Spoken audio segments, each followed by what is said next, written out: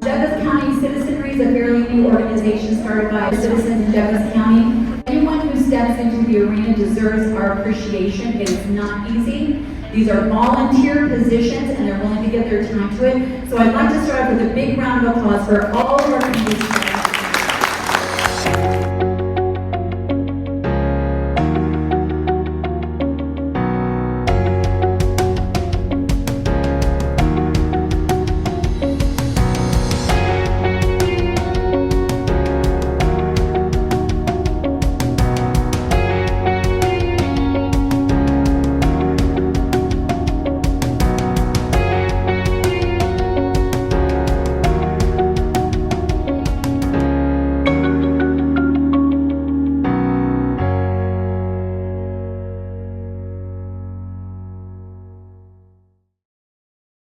I want to point out one other thing, by the way. Judy is a Douglas County young Republican who lives here. I'm a Douglas County young at heart Republican. Thank you. Okay, great. And I also want to clarify something else. Jimmy, as a journalist, has created his own questions. I'm here simply to be of service. All of the questions I will ask have been submitted by members of Douglas County Citizenship. So just to let you know that in advance, that's where these questions have been generated. So I'm going to start with the first one, and this is pretty much everybody. Some will be specific to your role. Most are going to be general. So if we want, we can start. Why don't we start with Robin, and we'll keep starting with somebody later next. Okay, here's the first question, once again, that has been submitted to DCC. Douglas County registration shows that over 50% of the voters in our county are unaffiliated. Many are former Republicans who have left the party. Many stayed because of the division. Republicans are only 31% of our population, so even with 100% of Republican voter turnout, we would not win the races. What is your plan to reach out to these unaffiliated voters and grow the party? This is actually in my vision, so I need to make this short. So I'm going to focus first on HD43 and Parker because those are our hot spots that we're obviously having issues in. And we have to do this one of two ways. We either have to raise a lot of money and get the data. I'm working with a few people to see if we can just get the data outright, or we're going to have to go engage these people one at a time, door to door with volunteers, and find out who they are. But I absolutely agree that that needs to happen, and it's something that needs to start this summer before we have the school board elections. Well, as a candidate for first vice chair, you're in charge of communication. And one of the important pieces, and part of my background, is teaching people. I graduated from the leadership program at the Rockies. We learned about our foundational principles and communicating those. And as a featured guest and host and author of the Kim Monson Show, every month I get to try and take that communication out to try and teach people about liberty and what it is. And quite honestly, contrasting what the Democrats do to our state versus the freedom vision that we have should be the number one thing that we get out there and communicate, because there's no way that the unaffiliated voters don't see what's going on. And we need to be driving them toward us, not away from us. We need to get away from party purity, and we need to get towards teaching liberty. That way they can go out and propagate that message. So we as Republicans need to be the light of liberty by teaching why freedom is the only moral and just government that we can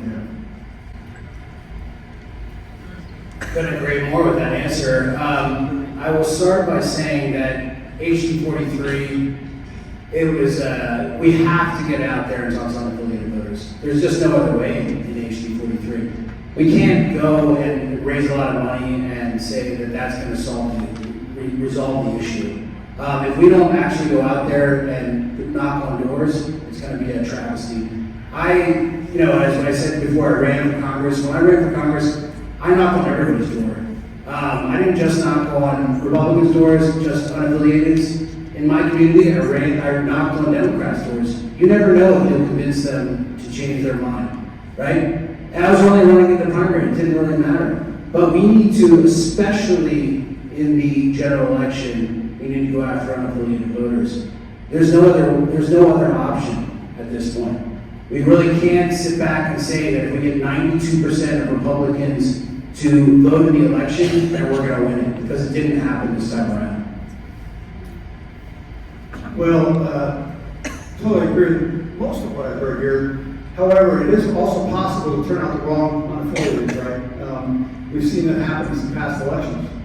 If we're turning out left-leaning unaffiliated to vote against us, that's not helpful, right? So, as Robin said, it's really important for us to identify right-leaning, conservative-leaning unaffiliated in HD 43, in Parker, places where we've been losing ground big time, right? So that is what we're going to be about. We're going to focus on that with laser-like precision as our efforts go forward as a party. And then, as Alan said, yes, we do have to educate. The first vice chair is responsible for communication as well as heading up the finance committee. And so we have to raise money also for these things, right, to be able to reach out to voters. With the good news of liberty, if you will. Hey, I think I take a three-pronged approach. First thing I want to do immediately is find out why are people leaving our party and use that information to target our messaging to bring them back. The second thing, I think we should be more strategic in the issues that we choose to send out information on and make sure that we're not alienating the unaffiliated that might come out and vote for us. Specifically, the 5A. I think that we can look at the data and we would have looked more or less like allowed to and see that that perhaps wasn't the smartest issue to attach or saddle our candidates with. Thirdly, we need the information to know who are the right-leaning unaffiliates. Our current system only tells us if it's unaffiliated, so we need to find a way to find out who the right-leaning unaffiliates are, and then we need to target messaging toward those. And additionally, I think we have to equip both our PCPs and our district captains with information so that it's not just our official. We have an army of hundreds who can be out there every day giving our message. Thank you. I would agree that there is so many in Douglas County that choose to not be our next voting.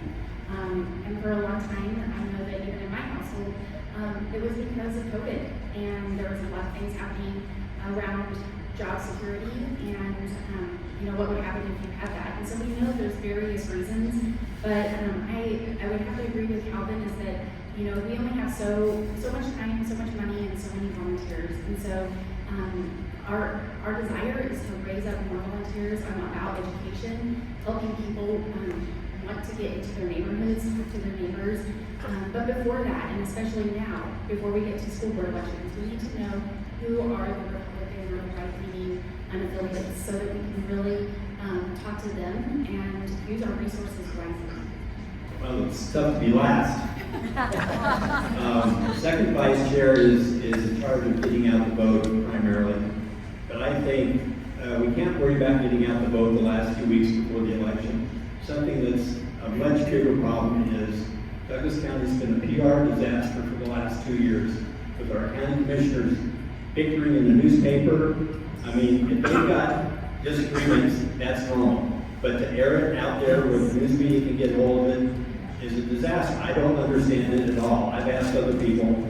I don't know how this happened. And then for us to be picking or choosing people in the primaries over other Republicans, I think Republicans need to sort that out. Best man wins, women. And then from there, we support that person. Okay? And then I think it was a big mistake for us to get in the ball game with 5A and 5B. I think we should have just stayed away from it because so many people in Douglas County care about their kids, whether they go to charter schools, public schools, whatever. During the 2023 school board race, the Dougco GOP endorsed and supported one Republican across 3 contests, largely over public disagreements on tax and bond measures 5A, 5B. In the closest race, the endorsed candidate ran against an incumbent Republican who had been tapped to fill a vacancy, splitting the conservative vote. Union-backed candidates ultimately swept all 3 races, jeopardizing the board's conservative-leaning majority. With so much at stake for Dougco schools this year, Should the county party make school board endorsements? If so, should it apply litmus tests, and what should those tests be? Now, first. Oh, well, that's a loaded one. I actually wrote an article about that on the Kim Munson show, about how there is danger in party purity, because who gets to define what a true conservative is? That is something that the left has done so well the past couple of years, when they get to define what an oppressed group is. Well, you're a woman, well, you're oppressed. But not as oppressed as a black woman. Not as oppressed as a lesbian black woman. And you see, this just keeps going on and on. So what is our litmus test? Is it going to be, are you MAGA? Yes, okay. Do you support or not support 5A, 5B? Do you see where we're going with this? Who gets to define what a true conservative is? I've said that the party needs to stay out of primaries and allow the voters, the Republican voters, to vote who they wish. So we serve the voters up here. It's not something that we get to declare to you who you should support. We should be getting our candidates out there, and you know what, frankly, we need to do whatever we can to make sure a Republican wins in the school board, because we've seen what happens when a Democrat wins, so we better get our act together, because our kids can't handle more Democrats in the school board.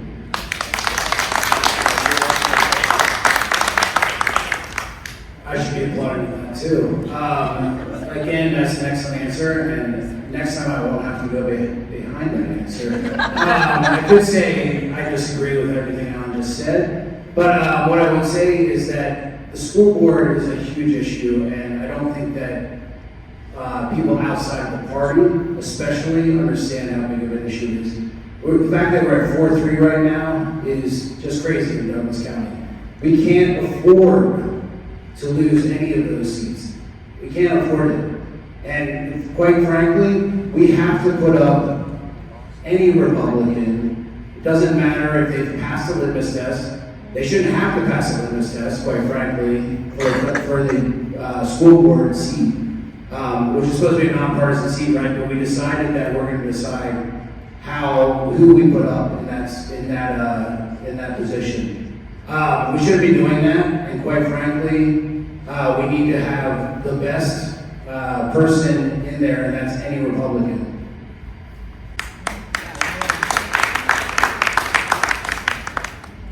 So this is obviously a very contentious issue, right? We have Democrats that are trying to win all these nonpartisan races, right? They consider the stakes in these races to be low down.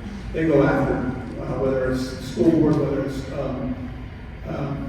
metro boards, whatever the boards are that are nonpartisan. They want those positions, right? We have to get smart about this. We have to figure out. I recognize, the Patriot Committee is something that we've done the last couple of cycles. We haven't always done very well, and we have to figure out a way to do it in such a way that we actually end up supporting good conservative candidates who can beat the Democrats, because we cannot afford a 7-0 Democratic majority, right? And so that's what I would add the answers that have already been made, because this is an issue that, and by the way, we as officers support the executive committee, right? And the executive committee works to help make these decisions about who we support. So we serve the party. That's what we're here to do. We're here to serve the party on these races. Okay. I was shocked last night at the meeting when there was a statement made that we told the school board not to do certain things. It's not for us to tell the school board what to do. We are here as a conduit of information. We are to support. Susan, I'm sorry. We are here as a conduit of information. We want to support candidates who have our similar values. I personally think that we should not endorse. There should definitely not be a litmus test for the same reasons you said. But especially disappointing was that in this last go around, I know Mr. Hartsock last night you said you've been eating popcorn and watching the Dems eat each other. That's what they were doing to us in the last school board. They didn't have to say anything bad. We said worse things about Republicans than the Democrats said about us. That's intolerable. And I will say that we should follow Ronald Reagan's 11 Flynn, we shall not speak ill of other Republicans. Thank you.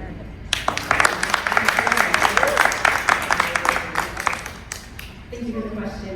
I think we can all agree that there's no such thing as a partisan race anymore. And so we need to actually come together to say who are the conservative Republicans. And the reason we need to do that is we can sit in this room and we usually know more than our neighbors about who is running. And so often I hear my friends with kids in school saying, wait, who should I vote for? And it's not because they don't care, they just can't really find the information. And they're looking to the party to give them the right kind of information. And the right kind of information is about people that are going to protect kids. And we need to be done, just like President Trump said on his very first day and today, he is done with DEI. And we need to be done with DEI in school and keep our kids safe. So they say the school board is not political, but it is. The school board is very important. Teachers are the next most important people in our kids' lives next to their parents.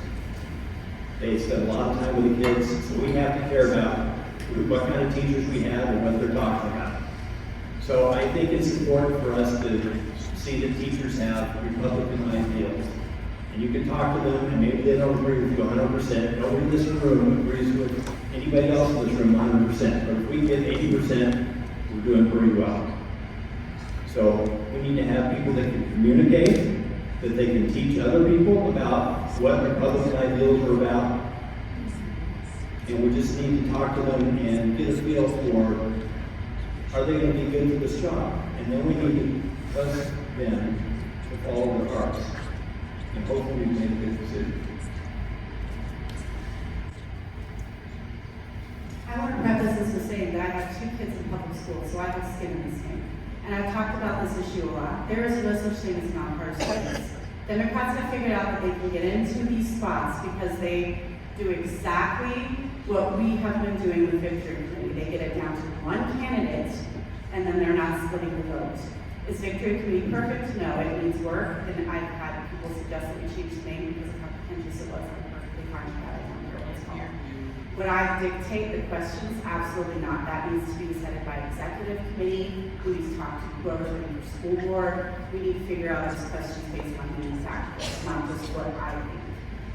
But I absolutely do not think we should stay at one person races. I think that that's where we're losing, actually. Okay, thank you. This is one of the number one questions that we received over and over again from those who submitted questions to the citizenry. There's a lot of talk about unifying the party. However, a great deal of trust has been lost, this is what we've heard, because of the attacks on fellow Republicans that have occurred particularly in the last year. What tangible steps will each of you take to rebuild that trust and represent all Republicans? Please be specific. I was waiting for this question. This is a great question. Look, I think there's a divide in this party about what unity means. There's part of us that believe that unity means we have to unite around their beliefs, their processes, and their ideals of what is a Republican. I say we unite around the core beliefs of the 2024 GOP platform, the national GOP platform, and what our goal is as a party, as a county party. That's to elect Republicans. We can all disagree. What we have to do is agree to disagree. And when that comes to a halt, we have to decide what we're going to do. I don't want this party to be the best county party in Colorado. I want this party to be the best county party in the nation. And the way we're going to do that is to show President Trump, just like he said the other day, that he wants to be a unifier. We're going to unite this party, and we're going to show everybody what we can do.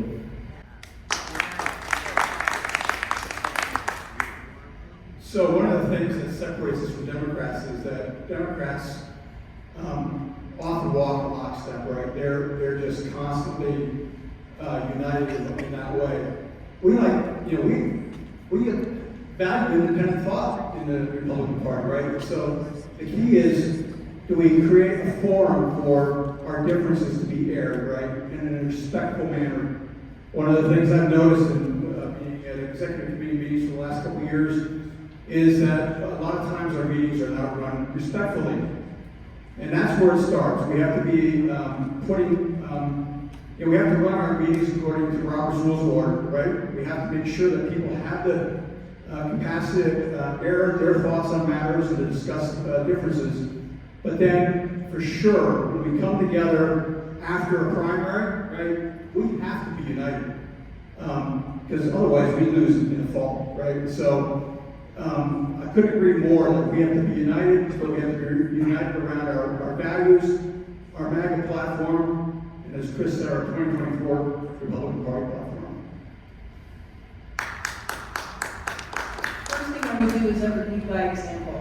When I left the meeting in November, someone said something about a fellow Republican, and I said they wouldn't do that. So what did I do? I went home and called them in the next couple of days and questioned them about it, and I took their answer.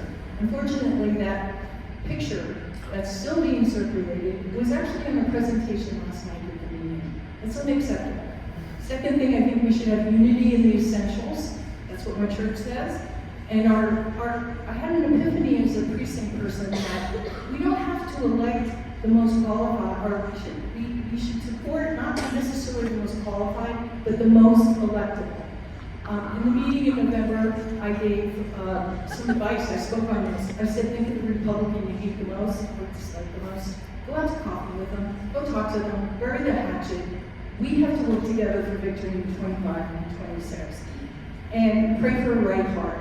Some of us have been hurt. We feel like we've been hurt. But pray for your heart to be in the right place. And remember this, as bad as any Republican is, they're still better than the Democrat.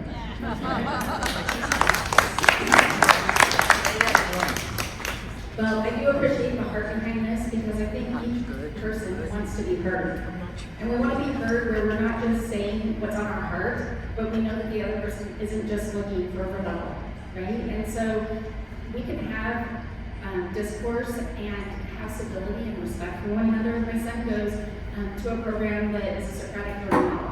And so they're learning how to ask questions of each other, how to answer hard questions in a respectful way. That doesn't happen a lot in our schools. And I would love for him sometime to come and his group to model what it looks like to actually be able to have a vote and you're standing on a different side than someone, but you're still friends at the end of it. Really, it comes down to civility, respect, and creating an atmosphere of peace, and that's what I desire to do as an officer. The last couple of years, the reason I'm up here is because we've turned into this competition about who's the best Republican. At less than 30% Republicans in the state, and we want to throw more Republicans out, I think that's wrong. I think we need to get all Republicans on the same page. If we can agree on the major issues, the Republican platform, the things that have made us great for all these years, that's where we need to go. We need to unite behind Republican principles because they're the right ones.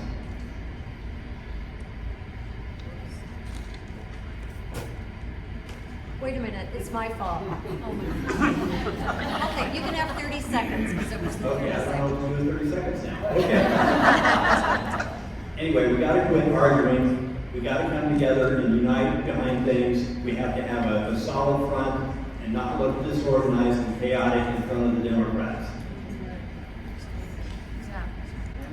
I personally love the fact that Republicans don't all lockstep with each other. That we all have different ideas because that is what we actually stand for. We stand for personal liberty, correct? So the only way we're going to unify, because we're not ever going to all agree, is for us to all respect each other. Most of the people at this table haven't been to a meeting that I have run.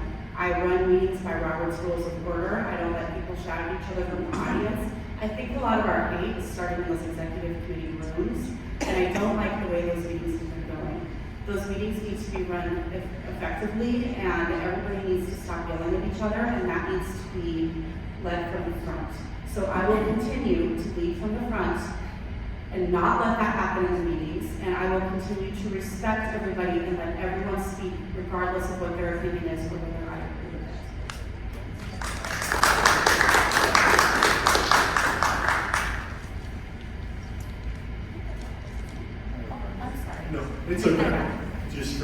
biggest one.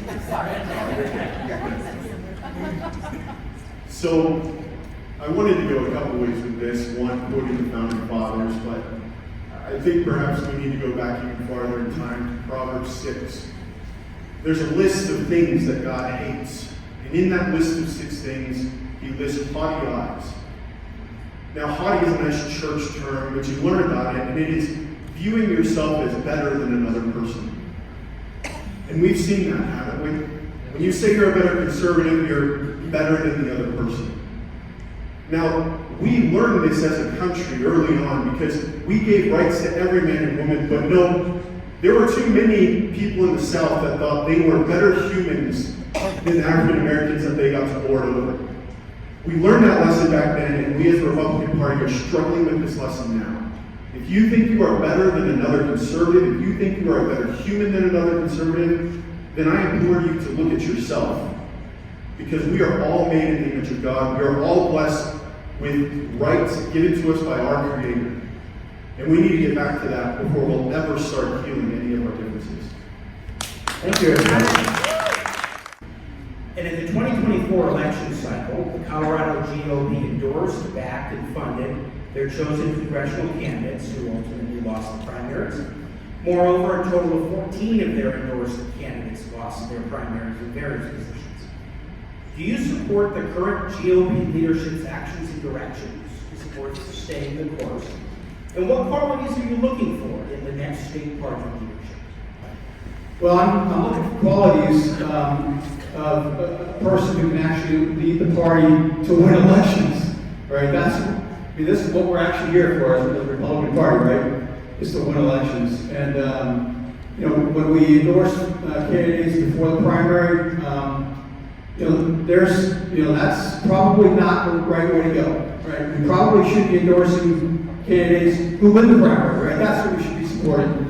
But I will say this, on balance, I've been a supporter of this current leadership. Dave Williams, I attended the August 31st meeting as a state central committee member, the meeting that we should have had, right? Because that was the newly called meeting. And I support Dave on most things, not everything. I'm never going to agree with somebody on everything, right? So I'm looking for somebody who can lead the party forward and be a force for what Trump does, right? Is to lead the party in a way that we can win. He built coalitions, we need to build coalitions so that we can win. In judging anyone's actions in that leadership position, I'm going to ask, did your actions get Republicans elected? And in this case, there seems to be a thread toward consolidation of power, which I don't think is going to get more Republicans elected. I think that they should take a more practical and fact-based approach. And on a personal level, I was at the state assembly last year, and I left there feeling very disappointed in our leadership. I felt that if anyone spoke up against them, they were chastised, people were made to laugh at them, there were jokes made about them. And at the end, when they passed that one resolution about how to calculate the percentage who vote for opt-out, I don't know if any of you paid attention to that, but that was unconstitutional and that was snake oil. So I do not support the current leadership, and I think it's really telling that they're trying to get these amendments through right before they're supposed to exit office. They should leave that to the new leadership.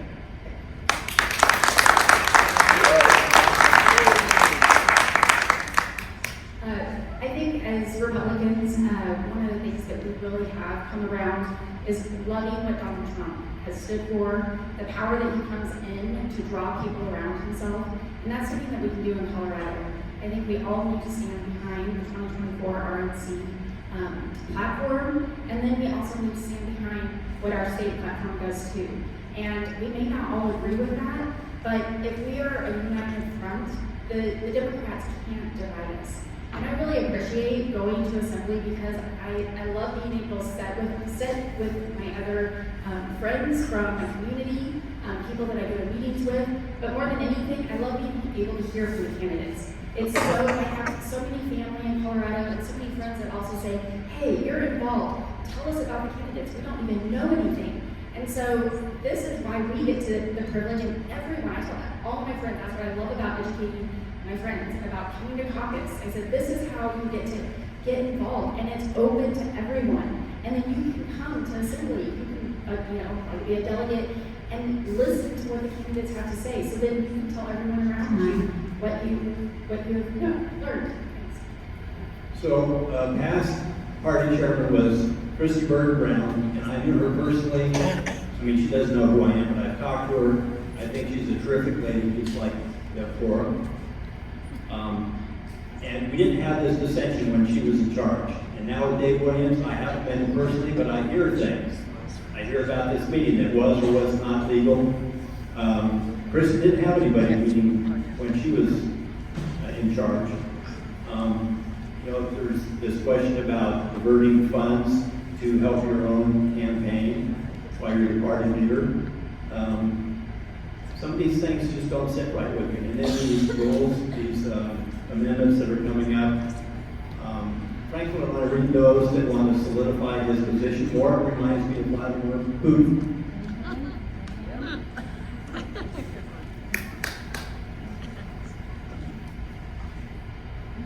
Okay, do I agree with every single thing that was decided? No, I do not.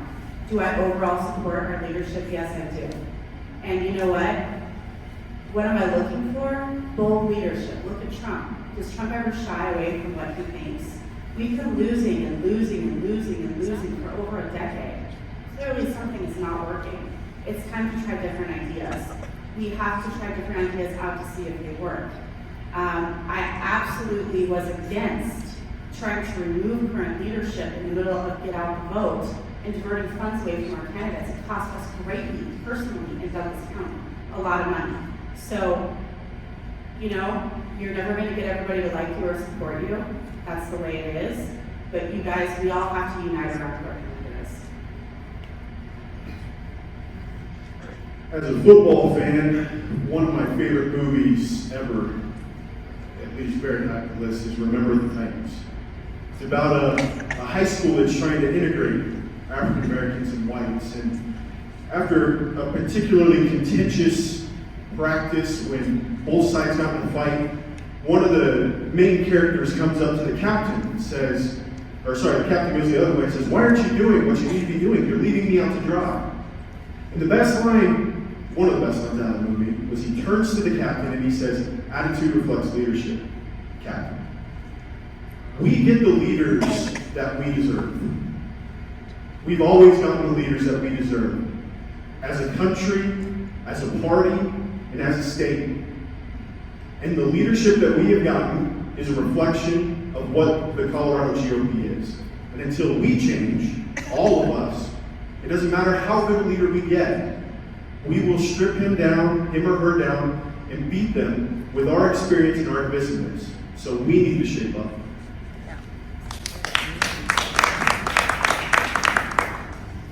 So I was going to tell a story about Remember the Titans. But I guess I'm not going to tell that story now. So in any event, it's a good thing because I have a lot to say on this issue and I only have a minute. I don't support the current leadership at the state level, and I would like to see new leadership at the state level. I think we've tried new things this time around, and it didn't work. 14 of 18 endorsed candidates lost. That's atrocious, quite atrocious. I'd like to see change, but I really respect Dave Williams trying to do what he felt was right for the party. Any leader that is up here, anybody who gets up on this stage, quite frankly, is putting themselves out there. And that's important to understand. They're trying to do the best for the party. It may not have been the right approach. It probably wasn't the right approach. In fact, I know it wasn't the right approach. But they tried. As we know, bylaws, changed or not changed, are led by leadership and the voting members. This is the question that was asked numerous times by many members of Douglas County Citizenship, and not just our group that came from outside. Do you personally believe in endorsing candidates prior to the primary? Yes, I believe in supporting candidates who go through assembly, either all the way through assembly, or if they go the hybrid position on as well. I believe in endorsing candidates prior to the primary. Being an officer means that I have to follow bylaws. So I don't think an official body should sanction anybody before a primary. Right now, it's bylaws, so I'm going with bylaws. Nobody should be able to pick winners and losers before the people have a choice. I don't agree with endorsing candidates before the primary. The question is, for those of you running in the slate, which currently are Robin, Calvin, and Amanda, and then Jeff Toborg and Pam Hampton were not able to be here tonight, would you commit to staying in the race even if your full slate is not elected? I'm not actually ready to make that commitment tonight. sometimes his answers are, it's open-ended and sometimes it's closed, and I didn't know anyone else was running except until a few hours ago. I think it's healthier to have people with different perspectives. I think that if we have groupthink, we're not going to have innovation, and I've seen it at the meetings already. So if people not on the slate win, or the people on the slate win, I look forward to working with all of them. We don't have a slate, so we can't necessarily say that we're going to be able to work with just ourselves. I disagree, Chris. I could work with myself all day. I don't really have a choice, because if I win and no one else goes with me, then I'm kind of. I'm not on the slate. I don't believe in slates. I think all of you need to get to vote for every candidate. Not have 4 people get together and say, I'm doing this, and you get a package deal. This should be a very quick question because we want treasurer candidate here quickly. Robin, if you wanted to respond. But this is for a specific treasurer question for you, Susan. What experience qualifies you for this position? And do you agree to a regular audit that will be made available to promote transparency? I like numbers. I'm a rare legal, someone who studied law who likes numbers. I've taught college accounting. I stood up in front of groups for 3 hours and taught accounting. I have an MBA.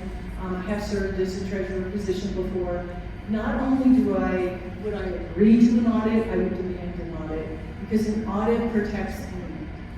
And I think transparency is important, balancing the timing of giving certain information to the public, because there is information within our books that would tell strategy. So I think audit, transparency, but smart transparency that doesn't give away any of your strategy. I'm going to ask for Pam since she's not here. Pam has extensive experience in accounting. She's also been a treasurer. That was one of the reasons that I asked her to do it. She's also currently on the audit committee. We regularly do audits. There will be an audit presented at CENTCOM, and I believe in regular audits. I want absolute transparency, so that's an answer for Pam. She probably answered better than me. Isn't the Republican Party's job at both the county and state levels to enforce ideological discipline among elected officials as well as rank and file Republican members? That is such a dangerous term. Ideological discipline? That should make the hair on your neck stand. This is not ideological discipline. These are, we have unity in the essentials, and we have basic principles. But, and I have to say, stepping up here, just in the environment that we have right now, we almost have that right now in our Douglas County Republicans. Oh, sorry, I have to stop. Thank you. Can you repeat the question? Is it the job of the Republican Party to enforce ideological discipline among rank and file members and elected officials? Well, this would just go back again to accountability and the bylaws. There's things in the bylaws that allow us to hold elected officials and others accountable or censured, but very rarely should we do that or have to do that. Again, it's about having civility and respect for them. I think it's hard for us to say we're going to tell somebody what to say and think. You can't do that. I mean, we need to vet these people and see if they think more or less the way we do on most issues, and then we have to trust them. We can't tell them what to say or think. It's just silly. the wording is very harsh. Am I for disciplining people? No, we're not children. Am I for holding people accountable? Yes, I am. Everyone who's elected to office, including everyone up here, should be held accountable for their actions. Can I get a show of hands out there for anybody that has changed their view or opinion because somebody yelled at them? Anybody? Alexander Hamilton said this in Federalist Number 1, for in politics, as in religion, it is equally absurd to aim at making proselytes by fire and sword. Heresies in either can rarely be cured by persecution. So if we're persecuting fellow Republicans, are we persuading, are we changing them?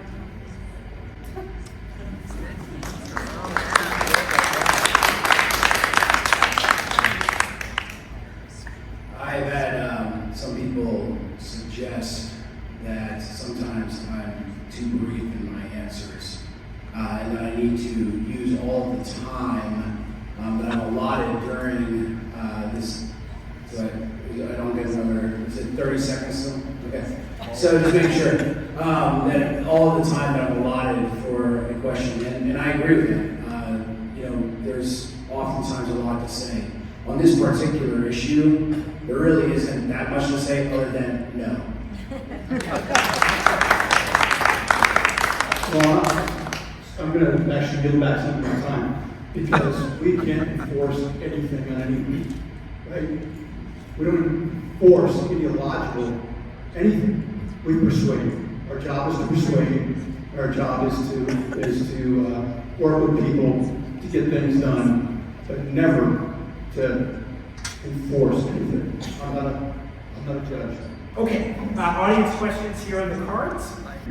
Over the past year or two, DCGOP meetings have frequently broken down into unruly situations where speakers, candidates, district captains, PCPs, and others have been shouted down and demeaned to the point that some had to leave.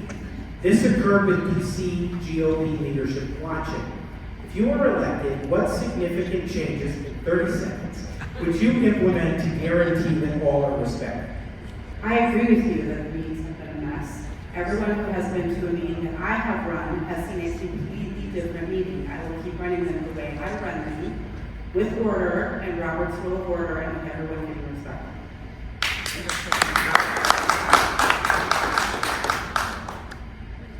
Boy, this is a tough one when people are willing to think that their voice is more important than another person's voice in a meeting.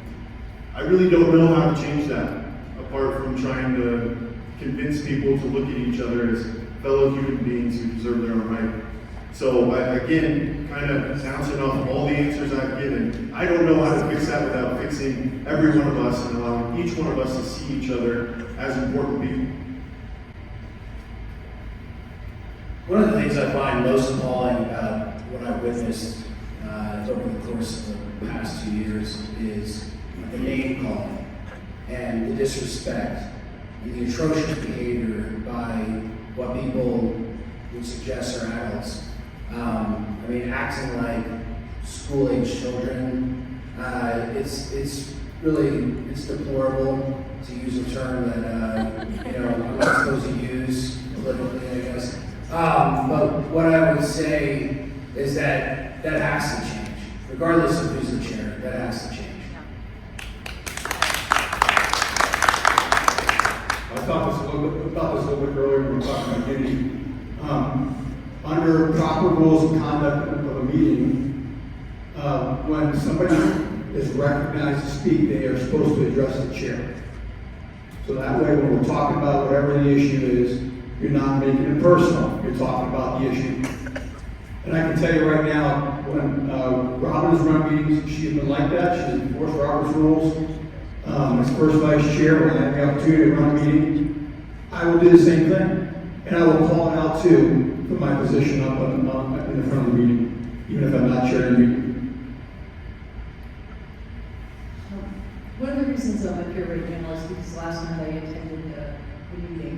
And one of the items was a discussion on a censure on a fellow Republican. A Republican who had prepared information to give us relevant information, and who is voting not to be able to speak. And then I make a motion that we postpone it. The two members over here voted against that motion. They wanted to have a discussion last night about a fellow Republican's censure. And the information that had been presented, I know was false. So I think it's very important you elect the right people so that we can get this. Thank you, sir. Well, one of the things that has really been, I think the question is, how do we really come together to be able to hear each other? And it does go around rules and Robert's Rules of Order. And I think it also has to do with how officers respect each other and communicate with each other.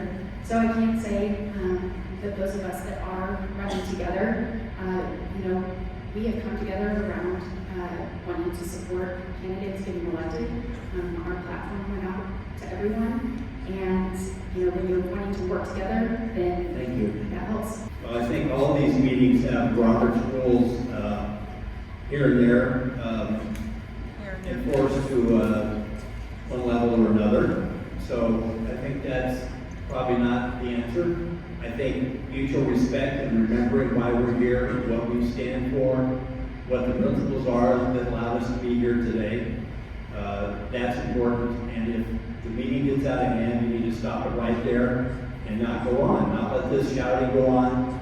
And last night at our meeting, there was disrespect between members, and it was hard to see. There are many attacks within our parties calling others, among other things, rhinos. How do you define a Republican? And in 30 seconds, okay, do you think there should be a litmus test beyond the 2024 GOP platform? I'm going to give you a quote. Tell me if this person is a rhino. I believe in a woman's right to choose. Anybody? That was Donald J. Trump in 1999.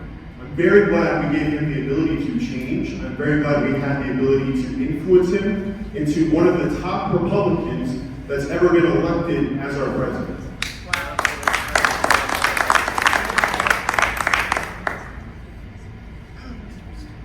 Repeat the question. How do you define a Republican, and do you think there should be a litmus test beyond the 2024 platform?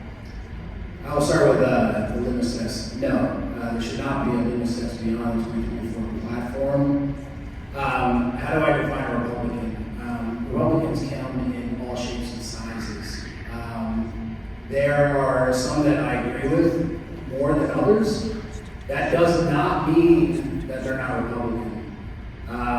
They may not be as conservative as I am, but I still call them Republican. Thank you, DCC, for having us tonight.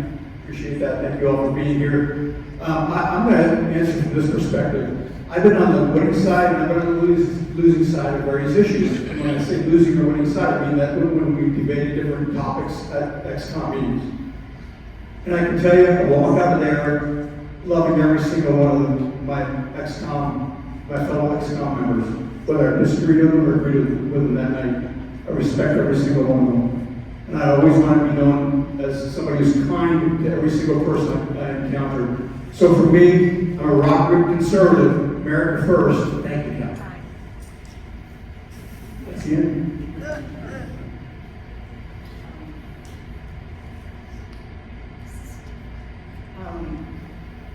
I think it's easier to spot a non-Republican. Just used to define what a Republican is, and having been in law school for the past 4 years, they're all of them. I do not think there should be a litmus test. I think that persuasion works better than punishment, and I think that if you shut someone down, it really means you don't have a good argument. So have a good argument, have the facts. We are right. And so. I agree that we need to rally around the national Republican Party platform. I would believe that most Republicans would agree with that. But there's those of us that there are things that are more important to the core of our heart. And that's the biblical values that I stand on. So I would rather say that I stand for what Christ has called me to, and truth behind God, than a heart behind me. And I apologize, I messed up the quote. He said, "I am very pro-choice" in a 1999 NBC interview, so I apologize for that. You should be censored.